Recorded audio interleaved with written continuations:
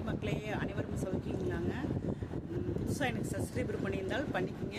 அதே மாதிரி பண்ணவங்க அனைவருக்கும் என்னோட நன்றி. உண்மையாகவே இன்றைக்கி லைவ் போட்டேன் 2-3 தாட்டி போட்டு கட் ஆகிடுச்சு. அப்புறம் அந்த லைவ் அழிச்சிட்டேன், வேண்டாம் இருக்குது அவ்வளோதான். லைவ் போட முடியாது, ஏன்னா அம்மா பார்த்துக்கணும், நான் குழந்தைகளும் பார்த்துக்கணும்.